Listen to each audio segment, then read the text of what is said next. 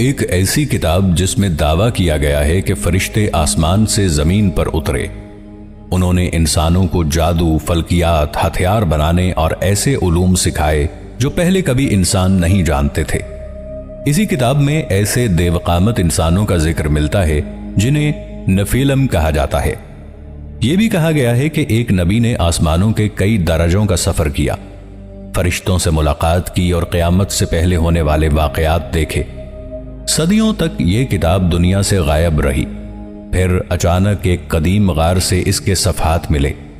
تو آخر اس کتاب میں ایسا کیا لکھا ہے کہ آج بھی مورخ، مذہبی اسکالر اور محقق اس پر متفق نہیں؟ آج ہم دی بک آف اینوک کے ان رازوں سے پردہ اٹھائیں گے جنہوں نے ہزاروں سال سے دنیا کو حیران کر رکھا ہے.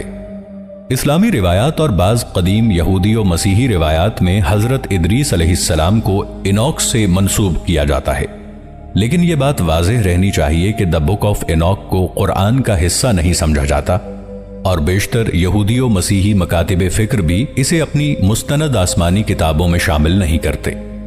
اس کے باوجود یہ قدیم مذہبی ادب کی سب سے زیادہ زیر بحث کتابوں میں شمار ہوتی ہے. اگر دی بک آف اینوک کی سب سے پراسرار اور متنازع کہانی کا انتخاب کیا جائے تو وہ بلا شبہ واچرز کی کہانی ہے. لیکن سوال یہ ہے، آخر یہ واچرز تھے کون؟ اس کتاب کے مطابق خدا نے فرشتوں کے ایک گروہ کو زمین کی نگرانی کی ذمہ داری دی تھی. ان کا کام انسانوں کی رہنمائی کرنا نہیں بلکہ ان کے اعمال پر نظر رکھنا تھا. لیکن اس کتاب کے مطابق پھر ایک ایسا واقعہ پیش آیا جس نے پوری کہانی کا رخ بدل دیا. دی بک آف اینوک کے مطابق ان فرشتوں میں سے 200 نے اپنے قائد سمحازا کی قیادت میں ایک عہد کیا کہ وہ آسمان چھوڑ کر زمین پر اتریں گے. کہا جاتا ہے کہ انہوں نے کوہ ہرمون پر ایک دوسرے سے قسم کھائی کہ اب وہ اپنے فیصلے سے پیچھے نہیں ہٹیں گے. یہیں سے اس کتاب کے مطابق آسمانی قانون کی پہلی بڑی خلاف ورزی شروع ہوئی. زمین پر آنے کے بعد ان فرشتوں نے انسانی عورتوں سے تعلقات قائم کیے. پھر ان سے ایسی اولاد پیدا ہوئی جسے اس کتاب میں نفیلم کہا گیا ہے. لیکن اصل حیرت ان کی اولاد نہیں تھی بلکہ وہ علم تھا جو یہ فرشتے اپنے ساتھ لائے تھے. بک آف اینوک کے مطابق ہر واچر کسی نہ کسی خاص علم کا ماہر تھا. اس نے انسانوں کو تلواریں، نیزے اور زرہیں بنانا سکھائیں. دوسرے نے قیمتی دھاتوں اور زیورات کو تراشنا سکھایا. کسی نے سحر اور تعویذات کا علم دیا.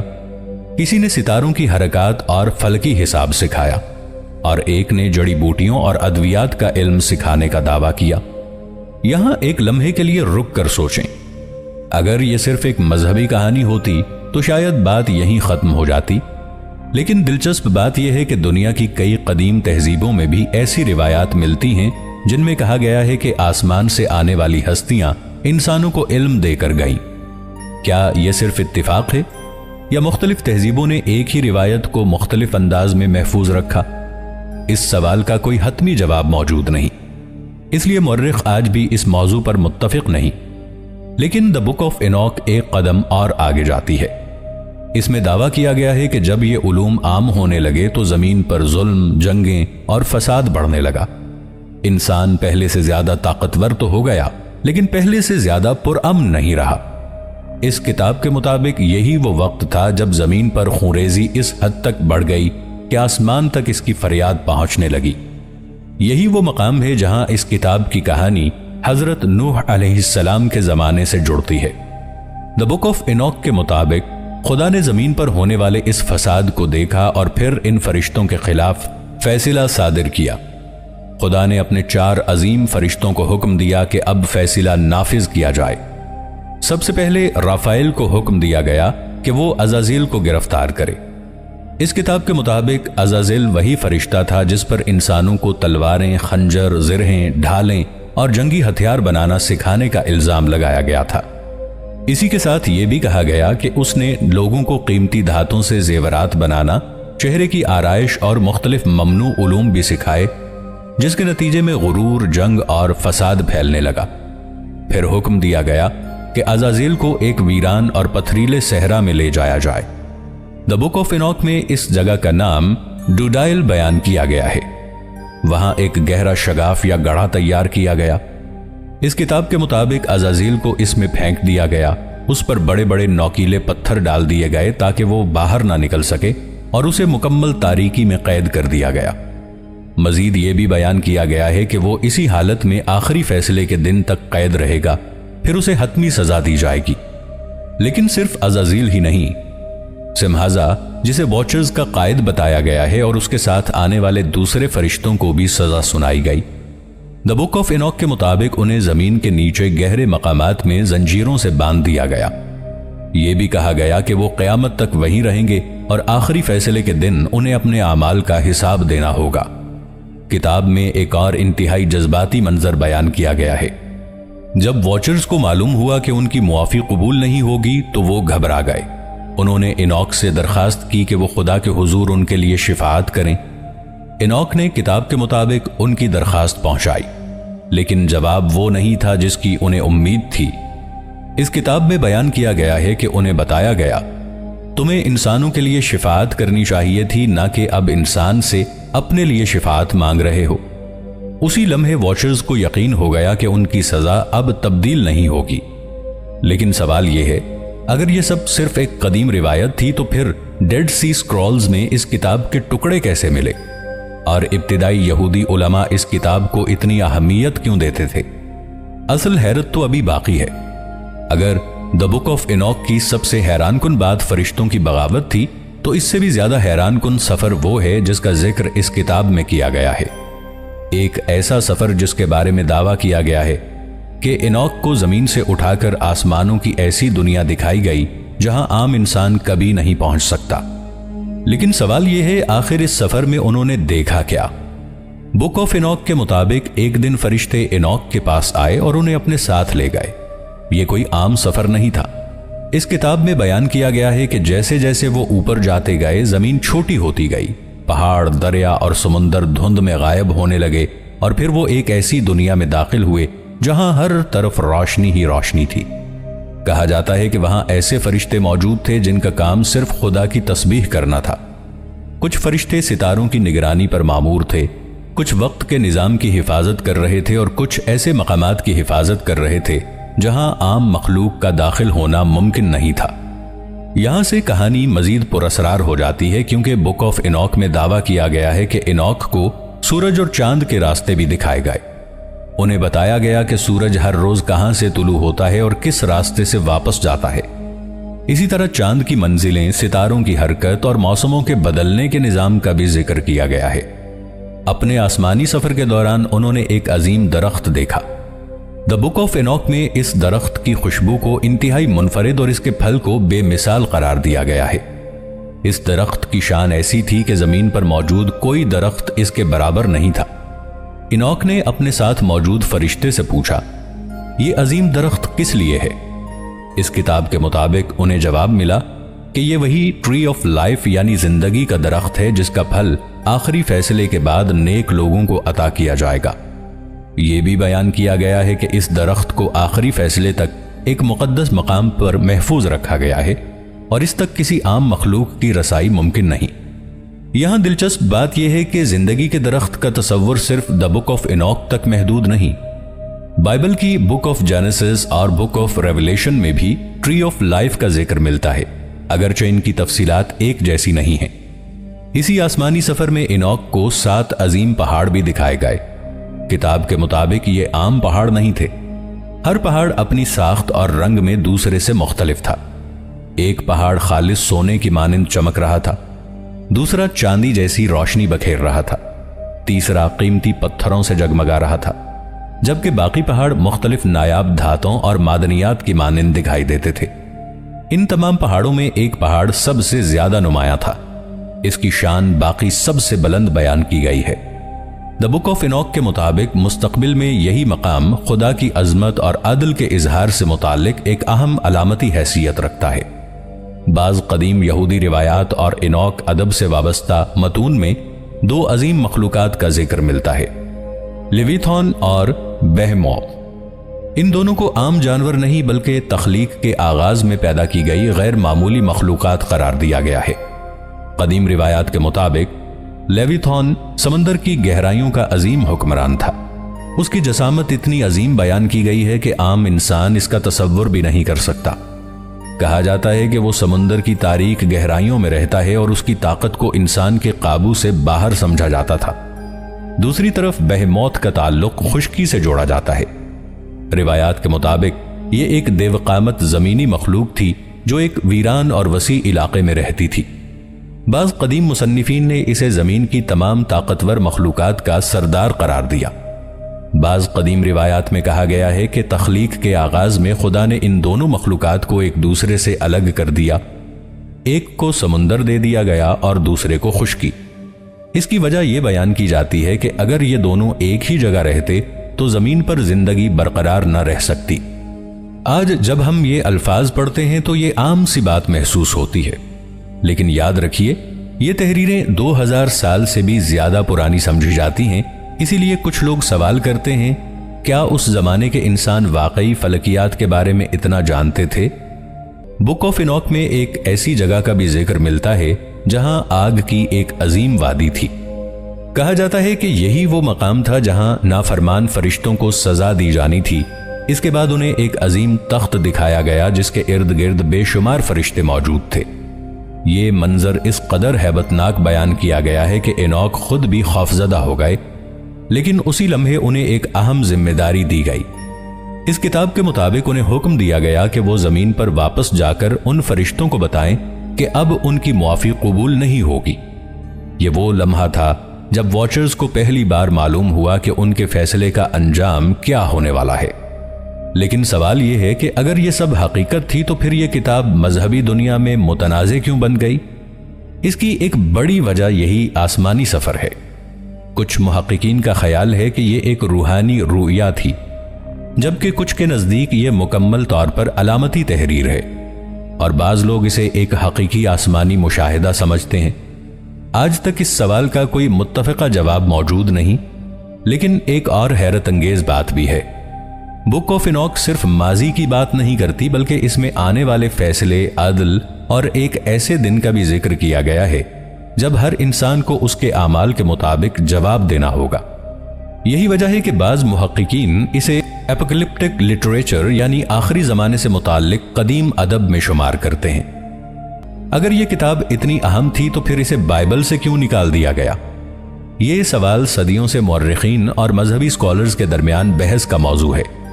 کچھ لوگ کہتے ہیں کہ یہ کتاب کبھی بھی تمام یہودی علماء کے نزدیک مستند نہیں تھی۔ بعض محققین کا خیال ہے کہ اس کتاب کے مختلف حصے مختلف زمانوں میں لکھے گئے، اسی لیے اسے ایک ہی مصنف کی کتاب نہیں سمجھا گیا۔ اسی وجہ سے جب بائبل کی کتابوں کا انتخاب کیا گیا تو اسے شامل نہیں کیا گیا۔ لیکن کہانی یہاں ختم نہیں ہوتی، کیونکہ ایتھوپیا کا آرتھوڈاکس چرچ آج بھی دی بک آف انوک کو اپنی مذہبی روایت کا حصہ مانتا ہے۔ یہی وجہ ہے کہ دنیا میں اس کتاب کا مکمل قدیم نسخہ سب سے زیادہ ایتھوپیا میں محفوظ رہا۔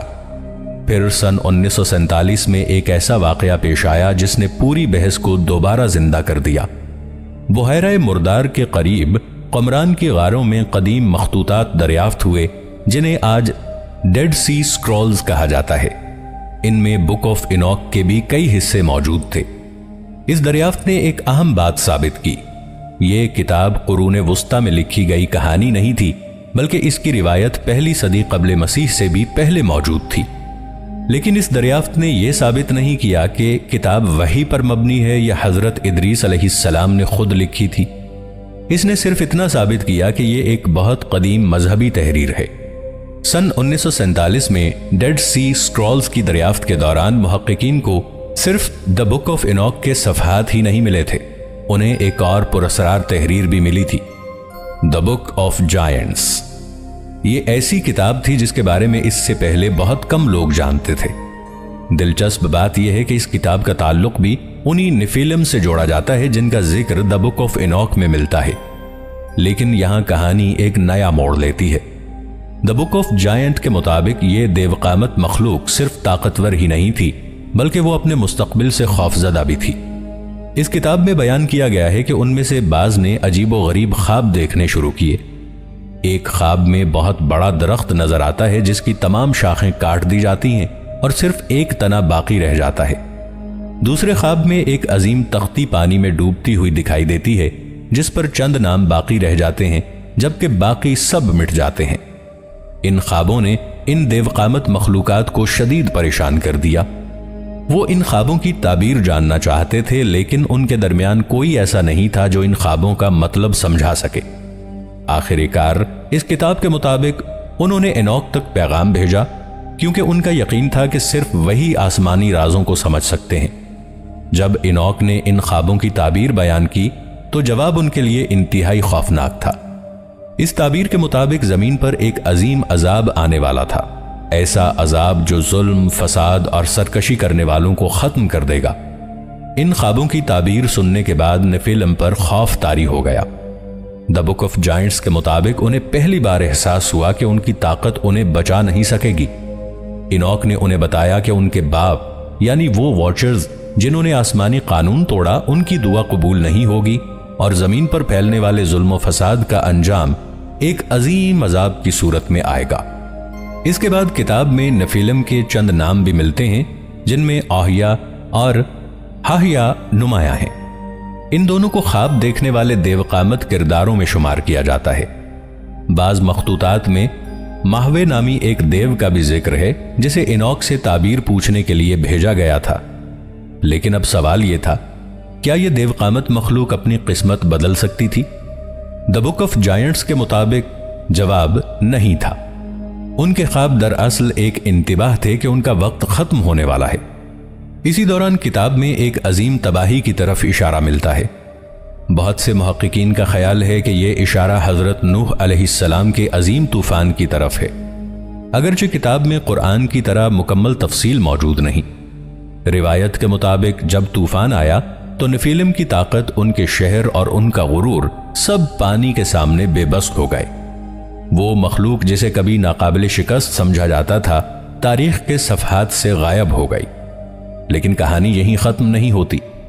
دی بک آف جائنٹس میں ایک اور عجیب دعویٰ کیا گیا ہے۔ اس کے مطابق اگرچہ ان دیوقامت مخلوقات کے جسم ختم ہو گئے لیکن ان کی بعض ارواح زمین پر باقی رہ گئیں۔ بعد کی بعض قدیم یہودی روایات میں یہ تصور ملتا ہے کہ یہی سرگرداں ارواح بعد میں بدروحوں یا ناپاک ارواح سے جوڑی گئیں۔ اگر نیفیلم صرف ایک افسانوی مخلوق تھی تو پھر دنیا کی مختلف قدیم تہذیبوں میں دیوقامت انسانوں کی کہانیاں ایک دوسرے سے اتنی مشابہ کیوں ہیں؟ یونانی تہذیب میں ٹائٹنز، سومیری روایات میں طاقتور نیم خداؤں کا ذکر، کنعانی روایات میں دیوقامت جنگجو اور بائبل میں انیکم اور ریفائم جیسے گروہوں کے حوالے۔ کیا یہ سب محض اتفاق ہیں یا پھر مختلف تہذیبیں کسی ایک قدیم روایت کو اپنے اپنے انداز میں بیان کر رہی تھیں؟ اس سوال کا آج تک کوئی حتمی جواب موجود نہیں۔ اگر دی بک آف جائنٹس میں آنے والے عظیم طوفان کا ذکر ملتا ہے تو کیا دنیا کی دوسری قدیم تہذیبوں میں بھی اسی طوفان کی کوئی یاد موجود ہے؟ اس سوال کا جواب ہمیں تقریباً 4000 سال پرانی میسوپوٹیمیا کی ایک مشہور داستان تک لے جاتا ہے، دی ایپک آف گلگامش۔ یہ دنیا کی قدیم ترین رزمیہ کہانیوں میں شمار کی جاتی ہے۔ اس داستان میں بھی ایسے شخص کا ذکر ملتا ہے جسے دیوتا آنے والے عظیم سیلاب سے پہلے خبردار کرتے ہیں۔ اس شخص کا نام اتناپشتم تھا۔ داستان کے مطابق دیوتا اے نے اسے خفیہ طور پر بتایا کہ ایک تباہ کن سیلاب پوری دنیا کو اپنی لپیٹ میں لینے والا ہے۔ اسے حکم دیا گیا کہ وہ ایک بہت بڑی کشتی بنائے، اپنے خاندان کو اس میں سوار کرے اور مختلف جانوروں کو بھی ساتھ لے لے تاکہ طوفان کے بعد زندگی دوبارہ شروع ہو سکے۔ جب کشتی تیار ہو گئی تو آسمان پر سیاہ بادل چھا گئے، تیز بارش شروع ہوئی، ندیوں اور سمندروں کا پانی اس قدر بلند ہوا کہ بستیاں، شہر اور کھیت سب پانی میں ڈوب گئے۔ ایپک آف گلگامش کے مطابق یہ سیلاب 6 دن اور 7 راتوں تک جاری رہا۔ جب پانی کم ہونے لگا تو کشتی ایک پہاڑ پر آ کر ٹھہر گئی جسے اس داستان میں ماؤنٹ نصر کہا گیا ہے۔ اس کے بعد اتناپشتم نے پہلے ایک کبوتر چھوڑا، وہ واپس آ گیا، پھر ایک ابابیل نما پرندہ چھوڑا، وہ بھی واپس آ گیا، آخر میں ایک کوا چھوڑا گیا۔ جب وہ واپس نہ آیا تو اسے یقین ہو گیا کہ زمین دوبارہ خشک ہونے لگی ہے۔ آخر کیوں دنیا کی تقریباً ہر قدیم تہذیب میں ایک عظیم سیلاب کی کہانی موجود ہے؟ میسوپوٹیمیا میں ایپک آف گلگامش، بائبل میں حضرت نوح علیہ السلام، یونانی تہذیب میں ڈوکیلین، ہندوستان کی قدیم روایات میں مانو، یہاں تک کہ چین، امریکہ اور آسٹریلیا کی بعض قدیم روایات میں بھی ایک عظیم سیلاب کا ذکر ملتا ہے۔ کیا یہ محض اتفاق ہے یا ہزاروں سال پہلے واقعی کوئی ایسا واقعہ پیش آیا تھا جس کی یاد مختلف تہذیبوں نے اپنی اپنی زبان اور عقیدے کے مطابق محفوظ کر لی؟ یہی وہ سوال ہے جس کا جواب جدید سائنس بھی تلاش کر رہی ہے۔ بعض ماہرین ارضیات کا خیال ہے کہ تقریباً 7 سے 8 ہزار سال پہلے دنیا کے مختلف علاقوں میں شدید سیلاب آئے تھے۔ کچھ محققین خاص طور پر بلیک سی ڈیلاگ ہپوتھیسز پیش کرتے ہیں۔ اس نظریے کے مطابق بحیرہ روم کا پانی اچانک بلیک سی میں داخل ہوا، جس سے آس پاس کی آبادیاں تباہ ہو گئیں۔ بعض مورخین کا خیال ہے کہ شاید اسی قسم کے کسی بڑے واقعے کی یاد وقت کے ساتھ مختلف تہذیبوں میں عظیم طوفان کی داستان بن گئی، لیکن یہ صرف ایک سائنسی مفروضہ ہے۔ اسے حضرت نوح علیہ السلام کے طوفان کا قطعی ثبوت نہیں سمجھا جاتا۔ دوسری طرف قرآن مجید حضرت نوح علیہ السلام کے طوفان کو ایک حقیقی الہی واقعے کے طور پر بیان کرتا ہے، جس کا مقصد سرکش قوم کو تنبیہ اور سزا دینا تھا۔ یہاں ایک دلچسپ فرق بھی سامنے آتا ہے۔ ایپک آف گلگامش میں دیوتا انسانوں کے شور و غل سے تنگ آ کر سیلاب بھیجتے ہیں، جبکہ قرآن میں طوفان کی وجہ انسانوں کا مسلسل کفر، ظلم اور اللہ کے رسول کی تکذیب بیان کی گئی ہے۔ یعنی دونوں روایات میں سیلاب موجود ہے، لیکن اس کی وجہ، مقصد اور مذہبی تصور ایک دوسرے سے مختلف ہیں۔ اسی لیے مورخ ان روایات کا تقابل تو کرتے ہیں، لیکن انہیں ایک ہی ماخذ قرار نہیں دیتے۔